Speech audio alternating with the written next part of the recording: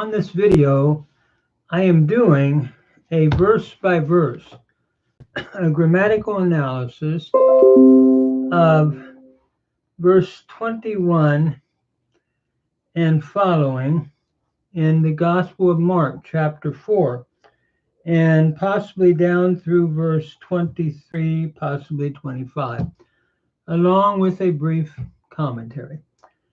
So it reads, Kaelegan autois meter katacha luknas chenachupa tan madian tethe e hupa ten klinen.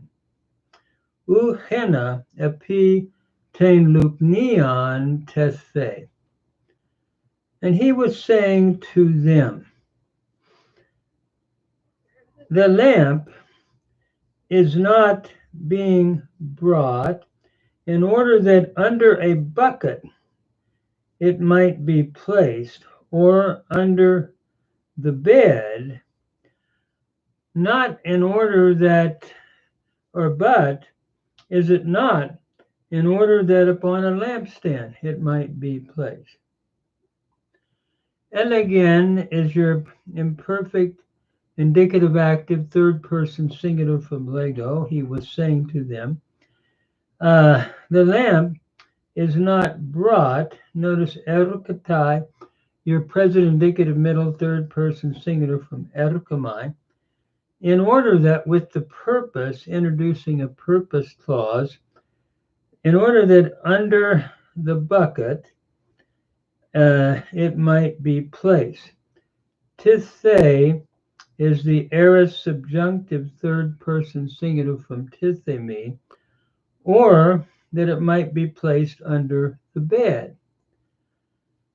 Is it not in order that it might be placed upon a lampstand? Two questions here. Henna again showing purpose, and tethe again is your aorist subjunctive third person, aorist subjunctive passive third person singular from tithemi.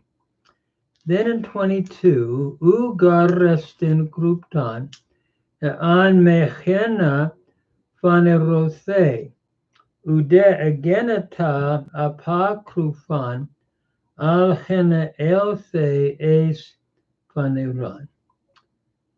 For it is not hidden, except that it might, in order that it might be made manifest.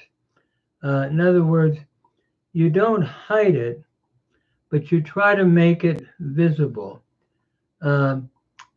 Nor is it put in a hidden place, but it is placed in order that it might come into that which is visible. Here we have phanerothe, in order that it might be manifest, your aorist subjunctive passive third person singular from phanerao. Neither is it hidden in a secret place, but in order that it might come into that which is visible or manifest. Elthe is your aorist subjunctive third person singular from erukamai. So in other words, you don't take something that is hidden, like a lampstand or a lamp, but you put it where it might be made manifest. And the same thing is true then of the proclamation of the gospel, the proclamation of Christ. It needs to be made manifest. Etes eche chota akuen akueto. If anyone is having ears to hear, let him hear.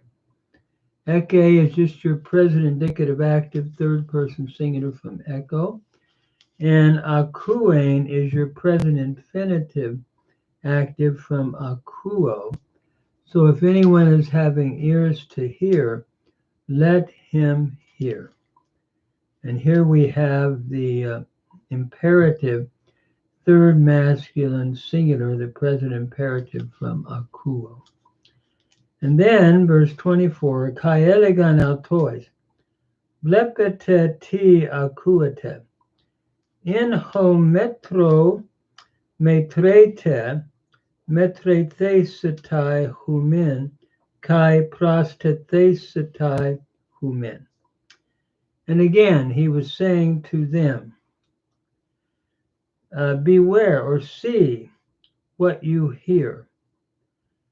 Again, we have the imperative second person plural from blepo, and the same with akuete from akuo, in which measure you measure, it shall be measured to you, and it shall be added to you.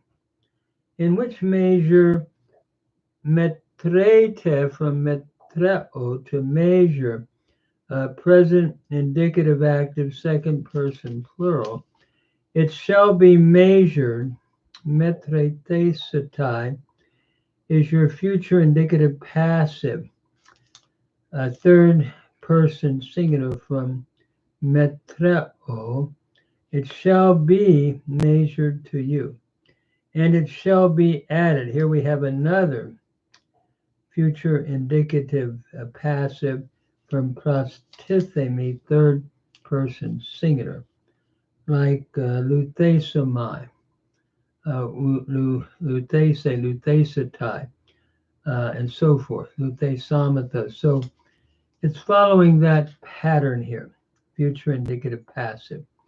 And then has gareche dathesetai auto, kai has ugeke, kai ha eke arthesetai auto. For whosoever is having, it shall be given to him. And whosoever it is not having, even that which he is having, shall be taken away from him. Again, dathesetai is from didomi, the future indicative passive, third person singular from didomi.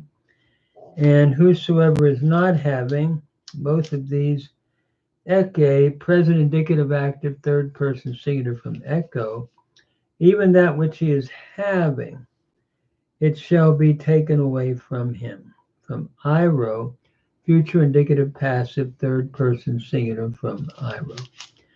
So what we're learning from here is that, I guess the thought would be fair as you measure things for others, but also be plenteous in serving others. The one who gives much is going to receive much. That would be my take on it. And so you don't hide under a bushel what the Lord is teaching. You make it public. And secondly, what you give to others, if you give abundantly, it'll be given back in return. That would be my take on the commentary or interpretation of the text.